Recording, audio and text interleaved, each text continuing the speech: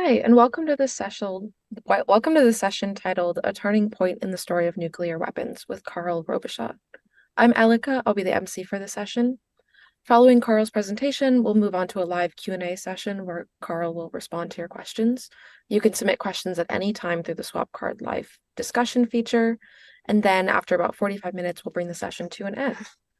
But now I'd like to introduce our speaker. Carl Robichaud is a program officer at Longview Philanthropy, where he co-leads grant-making on nuclear policy.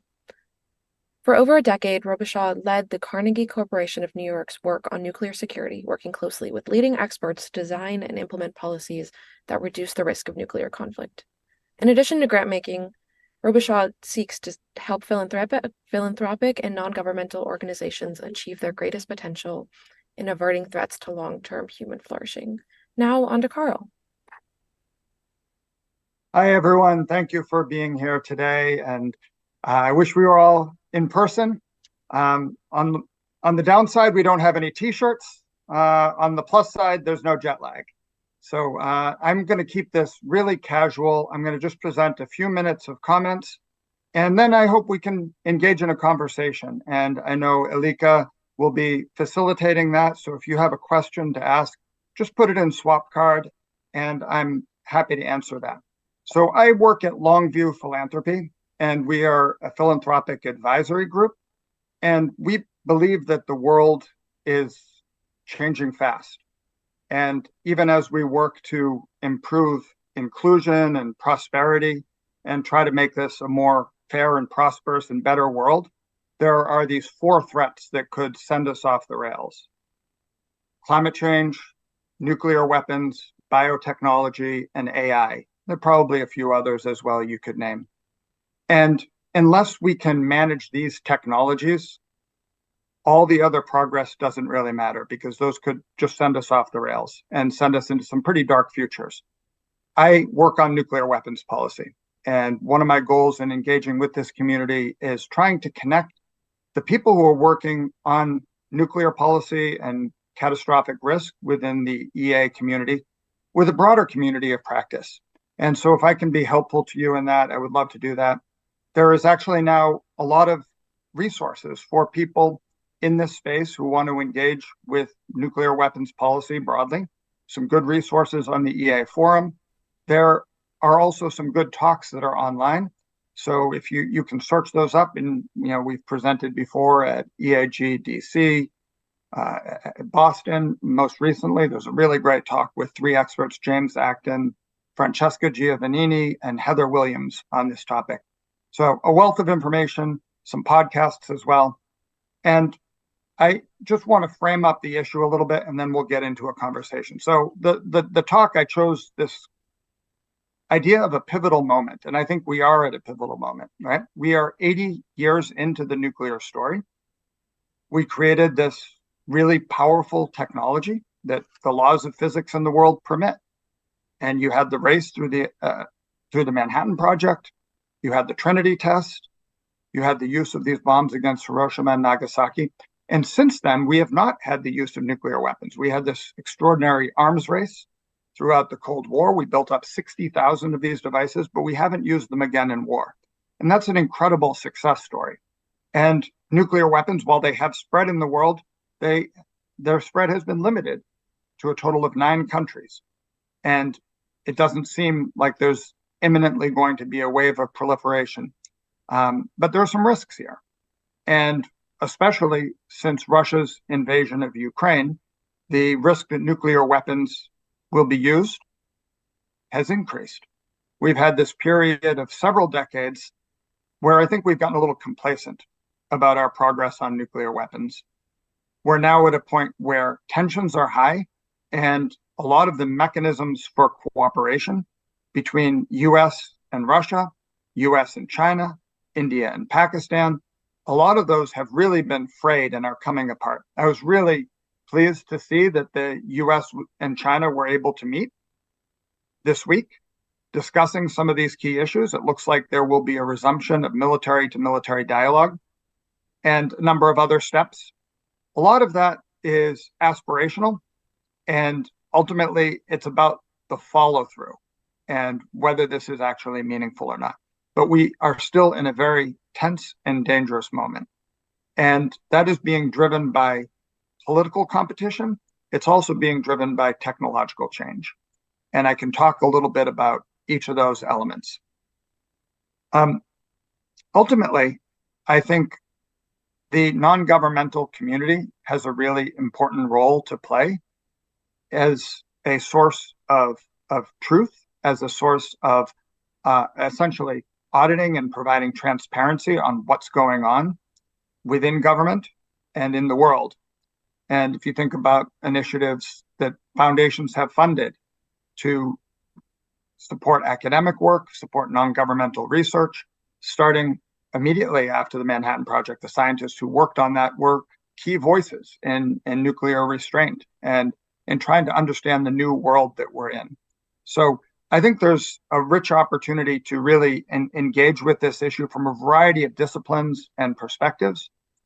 These weapons are in the hands of governments, but ultimately this issue is too big to be just the domain of military experts and national security experts.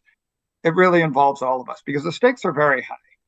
If nuclear weapons are used again, it could result in a single day in the number of deaths that we saw in all of World War II in an afternoon.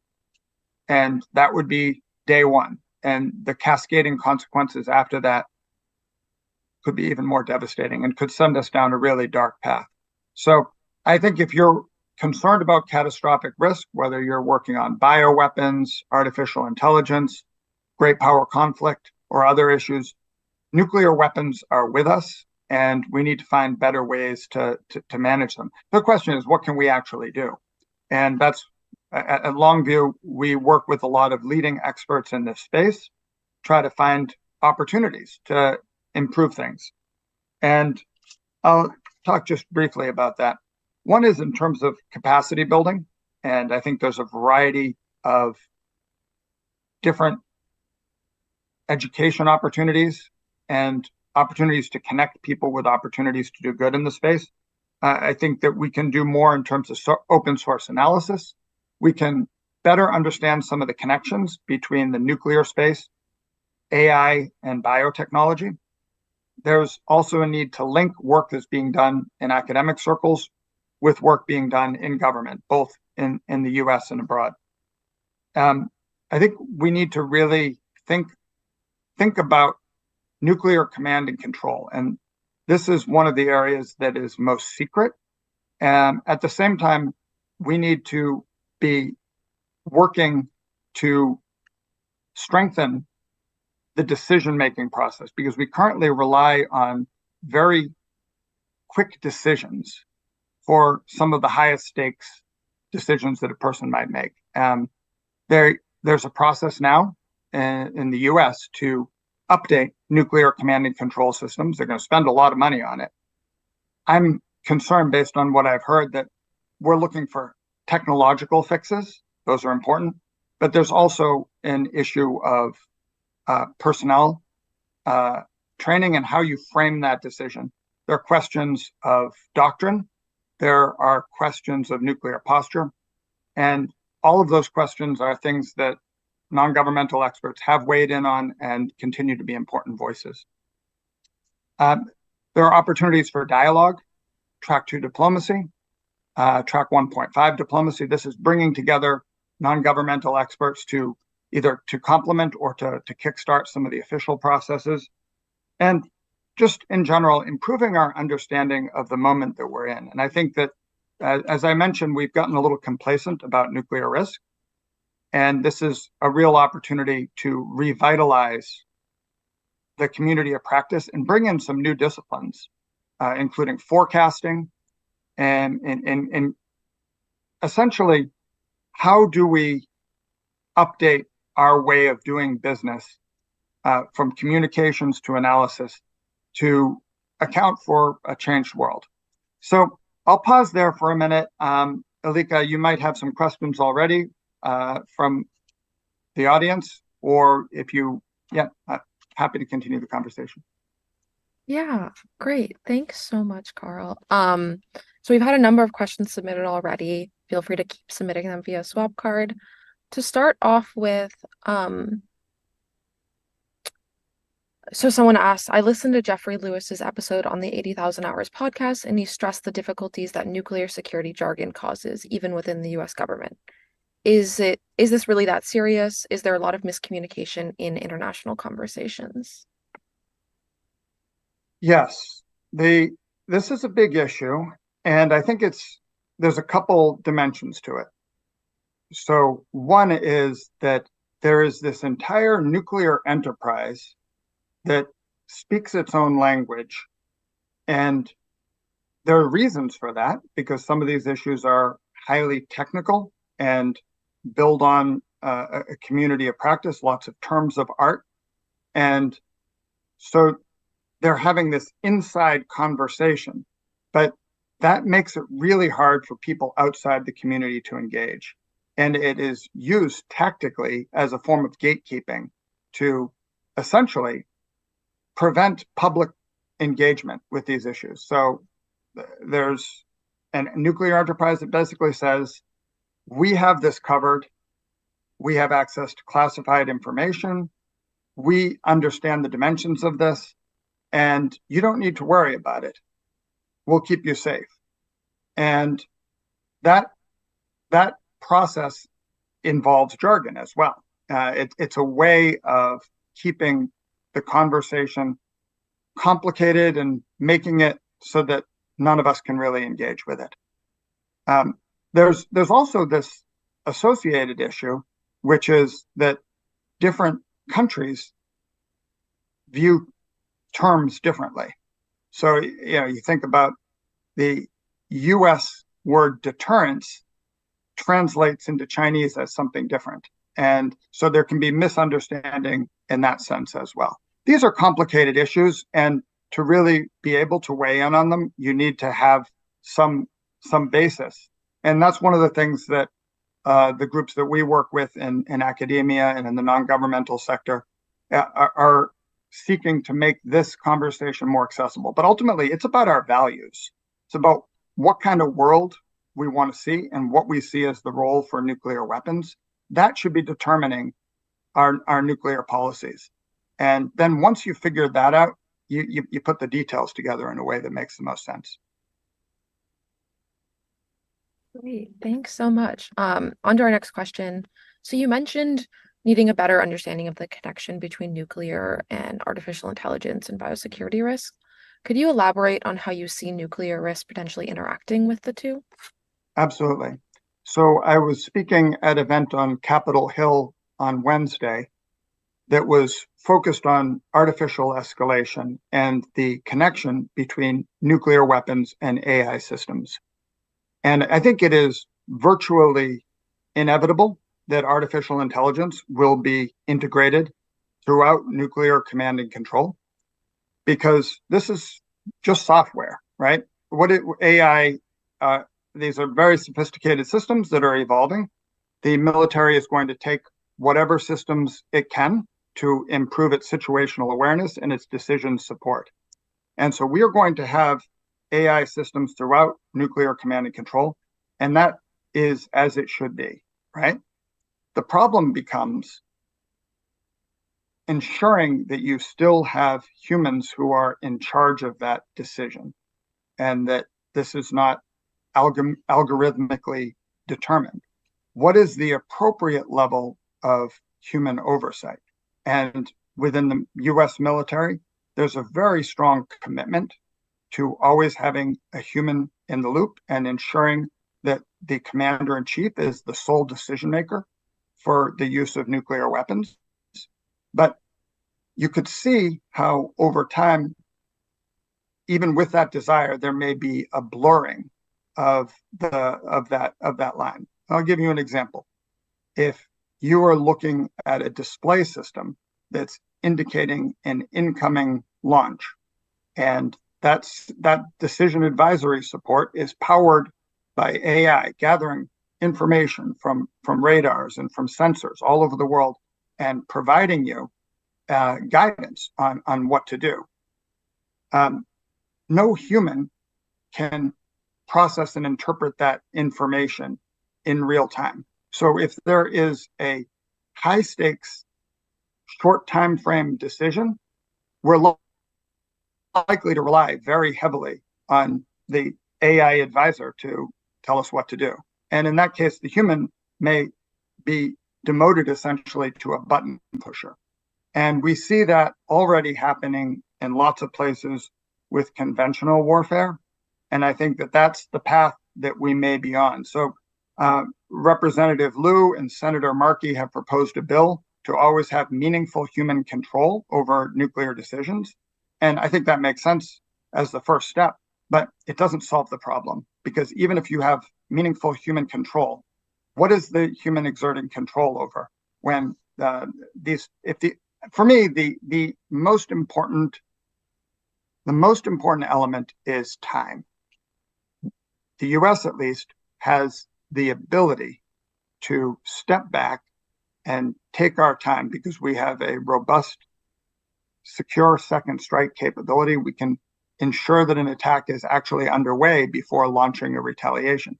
But unfortunately, the current US policy calls for launch under attack, which really compresses that decision-making time.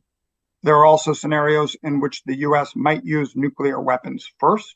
So we have not adopted a no first use policy. And so that creates a time constraint for some of our adversaries as well, in Russia and China and North Korea. So you can imagine those countries wanting to shorten their decision-making time by integrating AI into their nuclear command and control. Now, we have an analog for something akin to this. In the 1980s, the Soviet Union deployed the perimeter system, sometimes called the dead hand system. Now, it wasn't fully automatic, but it was a system that could be flipped on, that could ensure a nuclear response if a certain set of criteria were met. You can imagine a more sophisticated version of that system being deployed by a country that wants to ensure that, if you mess with us, if you attack us, we will guarantee that we will retaliate. I mean, these types of systems solve this problem inherent in nuclear deterrence, which is one problem of pre-commitment. So how do I know that you're really going to respond with nuclear weapons, even though you say you will? And the second is what they call decapitation. What if your national leader is separated from the commanders in the field? Will you still be able to get a shot off? So these types of integrated systems relying on sophisticated software might be a way to get around those two problems. That's what I'm worried about in the long term. I think that the US will resist this, but some other countries might not. And we are only as strong as the weakest link in that chain. So given the pace of AI, we need to really evaluate our broader nuclear policies. The solution won't be found in AI. The solution has to come from a broader set of nuclear policies related to our force structure and our doctrine. That's one threat that AI poses. Another is the threat of misinformation and disinformation. So you can imagine how the Cuban Missile Crisis might have played out differently in an era of Twitter powered by supercharged disinformation bots, right? How would that crisis have played out differently? Hard to say, right? There's also the potential that AI could be used in proliferation. AI makes everything easier to do, right? It shrinks the size of the team and the competencies of the team that you will need to do. And for most things, that's good. But there's some things we don't want to be easy to do. Building advanced bioweapons, building nuclear weapons. So it augments state capacity, where states might already want to do these things. But it also may give the capacity to non-state actors who may not be constrained by deterrence or by the same types of morality that other national leaders are bound by. So I think it's a risky world we're headed towards. Having a lot of nuclear weapons on high alert is not a good idea if we have these rapidly evolving AI systems. So I think we need to move away from that. Right. And a follow-up on that is someone asked why do you think most countries or why do you think we have not adopted no first use widely?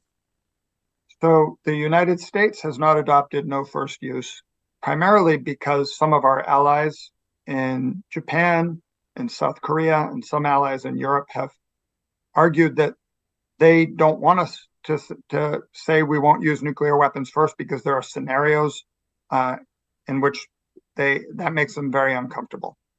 Um, and there might be deeply buried or hardened targets that the US would need to hit with a nuclear weapon to take out. That's the argument. Um, China has a no first use policy, but nobody really believes it. So I think we need to understand the limitations of declaratory policy. Would it be better if the US adopted no first use? Well, both President Obama and President Biden and President Trump, they all looked at that issue and they decided that it wasn't the right time for no first use. Ultimately, it's a declaratory policy. So I'm skeptical that it will matter that much one way or another. What's really key is how we actually plan to use these weapons. And I think that there are scenarios in which the US plans to go first with nuclear weapons, and they're not frequently talked about, but that makes Russia, China, and North Korea really nervous. I would say less so Russia, but certainly um, that that's a real challenge, and that's one of the things that is um, it's fueling China's buildup because for a long time they have felt vulnerable to a potential US first strike using precision conventional weapons, possibly nuclear weapons. They had a very small recessed arsenal for a long time. China is moving they've already moved from about 250 weapons to close to 500 weapons, and they're going to probably triple that number again. This is the largest buildup of nuclear weapons since the Cold War. It's really significant, and the US is contemplating what its response is going to look like. There was recently a strategic posture commission that argued the US either needs more nuclear weapons or nuclear weapons on different platforms or both. And is calling for a new wave of not just the modernization that's in the program of record and the nuclear posture review that the Biden administration released last year, but additional capabilities to try to deter China. And China is being much more assertive with its nuclear arsenal. Before, it had this very small recessed arsenal, no first use policy. Basically, it was seen as a weapon of last resort. Now they're moving to a much more capable arsenal on a triad with more capabilities.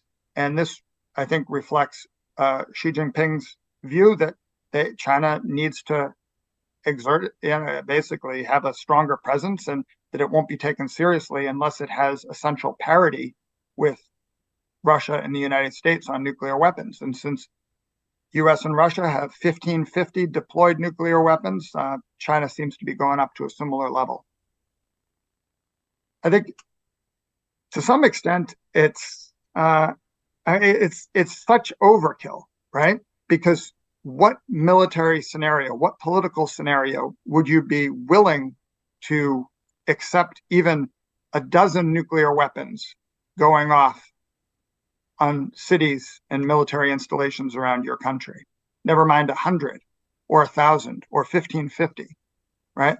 The idea that we need more than 1,550 nuclear weapons, that is an understanding that evolves from this very complicated rationalization process, I think, and bears very little connection with our real national security needs. Great. How concerned are you about democratic nations electing more autocratic-minded leaders who have sole authority to use nuclear weapons? Democratic nations electing, well, so could the I would be interested in hearing more what the questioner has in mind. Yeah, so I think if I can go further, like democratic countries that have more like auto leaders with autocratic tendencies, or sort of the sole authority to use nuclear weapons being at the hands of someone who, maybe has less of a strong interpretation of nuclear risk, or maybe just Yeah. lower risk tolerance. Yeah. Well, I think that's a real problem. We have 9 countries that have nuclear weapons, and each of the men that lead those countries have very few checks on their authority in using nuclear weapons. The system works differently in each country. In the United States, the president has sole authority for the use of nuclear weapons. The next president is likely to be someone in their 80s, and they will have they will face choices that will be the most consequential that any person has faced. In Russia, Putin has a set of advisors, but everybody knows that he's the one who's calling the shots there. Xi Jinping, as well, has consolidated his authority over China and is calling the shots over nuclear weapons there. And certainly Kim Jong-un is someone whose judgment I have no faith in whatsoever. So we have a world in which there are 9 fingers on those buttons and very little checks and balances there. That's the world we live in. It's really frightening, and I think we ought to put in place more controls. And there has been legislation proposed in the US Congress to limit presidential authority, especially in certain circumstances. It just seems common sense to me. I mean, there are scenarios in which if your country is under attack, it's facing a nuclear attack, you might need one person to respond quickly. But outside of that limited set of scenarios, why wouldn't you want a more deliberative process? It's absolute common sense. The policies we have now evolved from the technological limitations of the 1940s, 50s, and 60s when they were put in place. We now have the ability to deliberate and have more time to make these decisions, but we're still locked into an old model in which you have one decision maker making a high stakes decision under duress. And we know people don't respond well under those circumstances. I'll keep moving along. How do you see, or what do you see as the role of public opinion? How do you see the role of public opinion shaping government policies related to nuclear weapons? And what strategies can be employed to engage the public in meaningful discussions on this issue? So the only time we've really seen public opinion in the West shape nuclear decisions, well, there have been a couple times. One was around the start of the nuclear test ban, starting with the limited test ban and ultimately the comprehensive test ban. That was the result of citizens expressing their concerns and making this a salient issue for politicians who had to respond. The second is the freeze movement in the 1980s, when there was this massive arms buildup, including the development of shorter range and higher escalation weapons. And there were 1 million people who turned up in Central Park. It was the largest public demonstration at that time. And that put pressure on leaders to negotiate a withdrawal and ultimately treaties that remove those weapons both from the West and from the Soviet arsenals. And so publics can have a really meaningful role in shaping the incentives that politicians face. Only rarely do nuclear weapons rise to a level of salience that they're part of the national conversation. I think more importantly, there needs to be public support for dialogue with adversaries. And as I said, I was really heartened to see the meeting between the US and China this week at a very high level, but I think there were substantive and productive meetings. But I don't know if you saw the media coverage from this. It was far less media coverage than the 5 days when there was a Chinese balloon traversing the United States. There was sort of a nonstop push of very belligerent rhetoric, and compare that with the media coverage when the sides actually come together. We need to reward leaders who are willing to take risks and form dialogues. You don't know where the dialogues are going to lead. They might not lead anywhere, and we should approach them with skepticism and humility. But there needs to be public support for leaders who are willing to reach out and have conversations about this shared risk, because that's what nuclear weapons pose. This is a shared risk that threatens all of us. It's not just a military technology. It's not just a question of if we have more, we're better off, because there's this inherent competition. If we have more, if we build up our arsenals, adversaries are going to respond, and vice versa. So there's a shared benefit in limiting the number of weapons and limiting the risks associated with those weapons by having systems that are more stabilizing and less destabilizing. Thanks so much, Carl. You have a couple questions that came in related to the fingers and the 9 elected officials being able to sort of release a nuclear weapon. So the first is concerning this quick decision system that we need and are currently held by single persons. So concerning this quick decision-making system, do you think that AI could actually contribute to increasing checks and balances and making these situations safer? Yes, I do. And I think that AI systems that give decision makers more time and more assurance of information, those systems are beneficial, and we should seek to integrate those.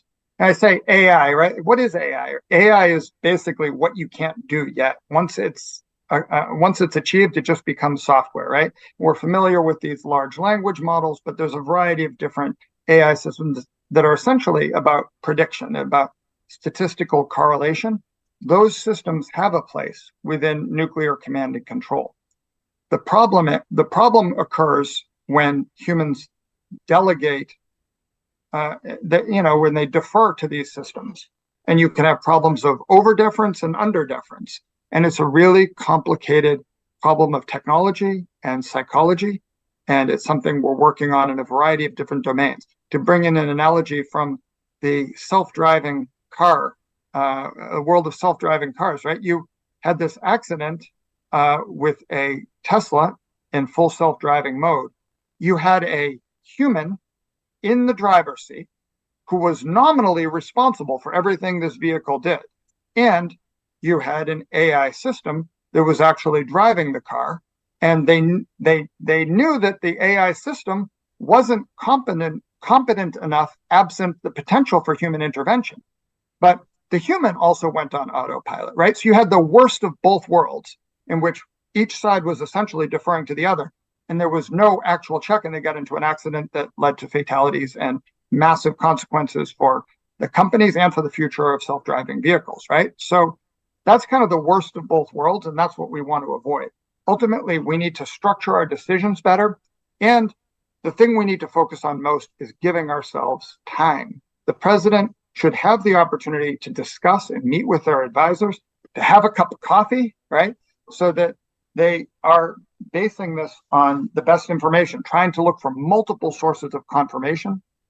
AI can help with that, but it's not the sole solution. Great. Moving on to a question that's near and dear to my heart. What do you think about the dual use problem with nuclear technology, where we can both perhaps benefit greatly from nuclear power, but also there's a real need to mitigate risks from nuclear weapons? And with that, how do you view the proliferation risks of nuclear power as a source of clean energy for countries? Yeah, I think if managed properly, nuclear energy can be a part of our clean energy mix and can grow substantially as part of our clean energy mix, and that would be beneficial for the world. The proliferation risk can be managed. Let's take a step back, right? So in 1945, this technology entered the world, and a lot of people thought that it would inevitably spread, both the use of the weapons and the use of nuclear energy, once it became clear that you could also use this technology to boil water, right? And as part of the Atoms for Peace program, the US essentially spread research reactors throughout the world as part of its soft power diplomacy. Those research reactors were inherently dual use and could lead to materials that could be used for building bombs. And by the 1950s and 60s, people started saying, oh, this is actually a pretty significant problem, especially as Israel and India developed the bomb. And so a system was put in place through the International Atomic Energy Agency and the Nuclear Non-Proliferation Treaty that now allows for a great deal of transparency and oversight of nuclear activities. The important thing to recognize is that there are two places that are most proliferation prone. One is the enrichment of uranium, the making of nuclear fuel, and the other is the reprocessing of plutonium, which is when you take the fuel after it's come through a reactor, you put a chemical process, and you can achieve material that is really attractive for use in a bomb. Those are the parts of the fuel cycle that are most vulnerable. If you can lock down and get good oversight of those two places in the nuclear fuel cycle, you've dealt with 99% of the risk, right? So we can run light water reactors as long as we have strong international oversight to make sure that the fuel making and the fuel reprocessing is not happening or is under tight safeguards. It's a difficult technical problem, and it involves a lot of international cooperation. But if you look at the story of proliferation, there were dozens of countries that experimented with, that explored the possibility of acquiring nuclear weapons. Most of those countries backed away from that. And so now you have 9 countries that have the bomb. You have another dozen that could perhaps get the bomb if they made that decision. This is not such difficult science. It's really an engineering problem. And so the other processes we put in place in terms of international governance and security assurances are really important in ensuring that countries don't make that decision to get the bomb. I wrote a piece about this in Asterisk, which you might be interested in reading. I do believe that nuclear energy, especially some of the newer designs, it has a place in this transition to a green world, but right now it's not competing very favorably economically with wind and solar, because solar especially has gotten so cheap and doesn't have a lot of the negative side effects that nuclear does. So nuclear could be helpful as a source of base load generation, and because we know that solar and wind are intermittent. But I think there's important work to be done here. Alika, we should also talk a little bit about what people can do within the EA community and careers and that sort of thing. I don't know if there are any questions that look at that question specifically. Yeah, there's a lot. I've been piling them. A really good one that I think is important to address is, do you think people from countries that don't possess nuclear weapons can meaningfully contribute to the cause? We have lots of people joining from low and middle income countries. What are possible career pathways for them? Yeah, so there is an international civil society movement, primarily made of people outside of nuclear possessor countries, that seeks to stigmatize and delegitimize nuclear weapons. They started with the Humanitarian Consequences Conference and has led to the Treaty on the Prohibition of Nuclear Weapons. That treaty calls for an end to nuclear weapons and seeks to outlaw them in international law and create norms against them. I think that's an important thing. These weapons are inherently, there are very few scenarios in which they are consistent with the laws of armed conflict and with humanitarian law. And I think we should seek to stigmatize and delegitimize those. And so even as we need, the world continues to rely on nuclear deterrence in the short run. We've only had 80 years with these weapons. And if we continue indefinitely to rely on nuclear deterrence, we're bound to have failures. So there are definitely ways for people to get involved in those movements and let your voice be heard. There are also opportunities to do research and analysis that don't relate to your own country's nuclear policies, but relate more broadly to international governance. So happy to discuss further if there are specific questions. Yeah, a specific question that came up is, from that, what advice would you give to undergraduate students who are concerned about nuclear risk and want to do something about it? So a few things. One, take some courses on this. There's an incredible wealth of information. Not all universities will offer courses on grand strategy and nuclear policy, but there's lots of good books to read, and there are some programs you can apply to. For example, ESADARCO, which is a winter course on nuclear issues. There's the Project on Nuclear Issues. There are a number of civil society initiatives that seek to provide baseline knowledge, because the details matter, and there's an opportunity to upskill and increase your understanding of nuclear policy and of foreign policy and national security more broadly, because these issues are inherently intertwined with other questions of national security. So I think that's the first step. Entering the field right now is hard. There are few job opportunities, especially for early career people, and there's questionable what kind of future there is for someone entering the space. The field is relatively starved for funding, but we really need people from a variety of disciplines, and especially those that have adjacent expertise.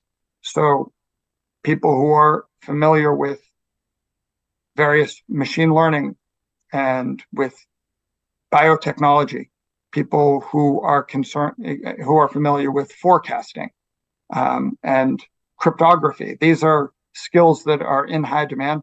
There are a lot of opportunities to work in government.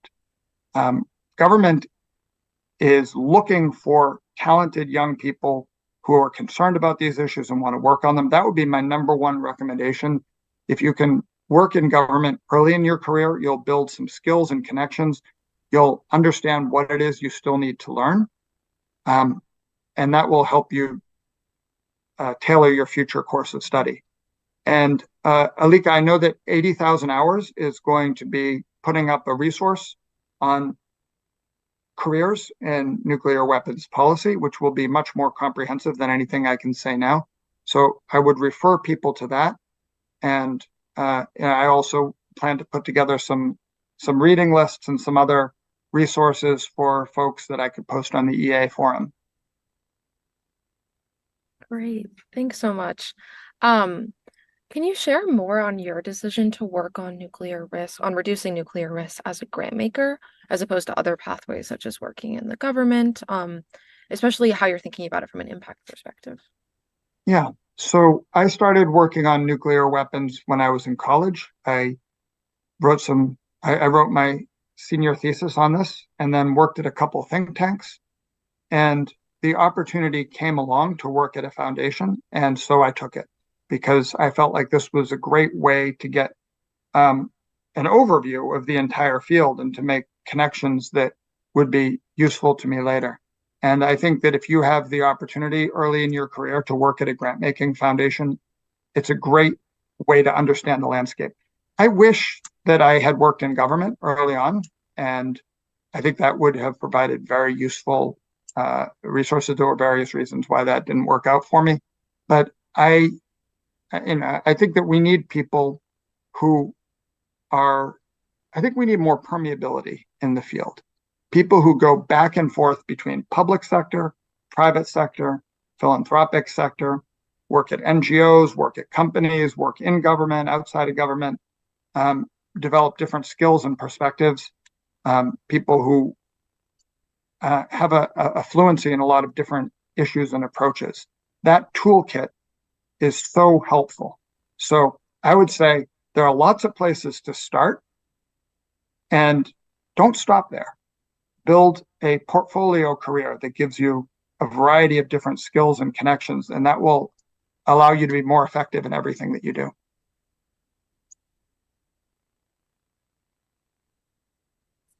Great. And so, given the current state of nuclear weapons policy, what are the key challenges and opportunities for individuals pursuing a career in this field, and where could they make the most significant impact? Yeah, so I think the 80,000 Hours page will have a lot more resources on this specific question. I think careers in government are great, especially if you live in a country or you can get a job working in a country that has nuclear weapons, or that if your country is allied with a country that has nuclear weapons, there's an opportunity to really learn a lot early in your career. There's a need for people who communicate publicly on these issues. This issue has really fallen off the radar, and people have forgotten how significant it is. And so I think there's some careers in communications and advocacy that could make a big difference as well. But again, the 80,000 hours page will have a lot more information that will be relevant to your particular situation.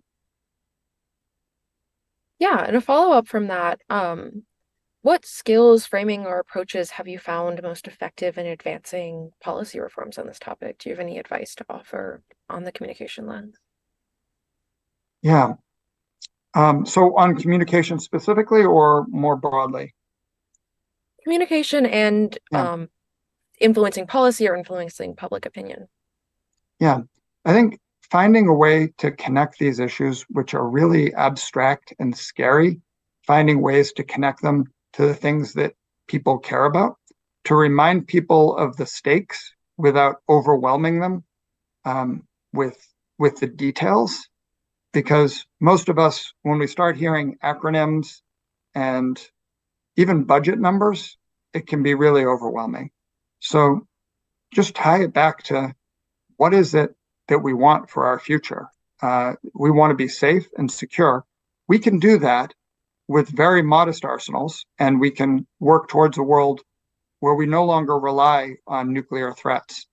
Now, there are, depending on the specific opportunity, there are other messages you might connect to, but yeah, it's a hard question to answer, I think. Yeah, and a follow-up that came from that, what are the biggest challenges you see in reducing nuclear risk through philanthropy right now? Are there promising opportunities or leverage points you think are be overlooked or just you want to spotlight? Yeah, I think that some of the biggest opportunities are working with policy entrepreneurs inside of government and finding ways to get them to help the maturity of proposals that by people who are working in government who want to do good things. So essentially, how do we help support government efforts that, and there's some really important ones underway. A second pathway is to essentially provide transparency and openness and critique and audits of government work. And groups like the Federation of American Scientists, which use open source information to determine the size and composition of global nuclear arsenals, or groups like the Carnegie Endowment for International Peace, which have looked at this problem of inadvertent escalation and entanglement and have helped raise that for a public and policymaker to look at. That's a really important pathway. I think bringing in new disciplines, including forecasting, economics, the types of big picture assessments that folks in the EA community are really good at. I think that's very helpful to return to first principles and to try to focus on where we can reduce the most nuclear risk. And I can't present that whole strategy now. I think we have about a minute 45 left, but my colleagues and I at Longview have been looking at, and I outlined a few of those areas earlier, but we have a plan. The biggest challenge right now is a lack of funding in this space.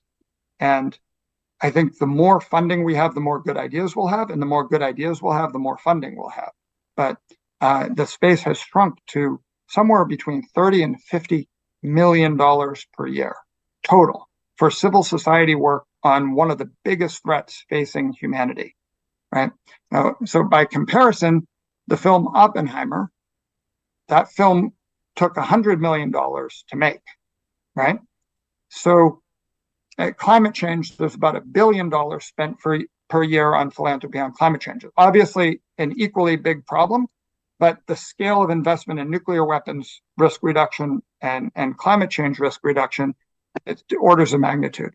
So I think we really want to revitalize the space, bring in more money, more ideas, and there's a long history of non-governmental work sparking change in this place. Talked a little bit about that in the ways that civil society and public pressure has led to changes, as well as the ways that non-governmental foundations and universities have come up with ideas that then could be taken up by government, like the Cooperative Threat Reduction Program that eliminated vast numbers of weapons and material in the former Soviet Union that emerged from foundation work at universities. So there are really ways. The problem is not a hopeless one.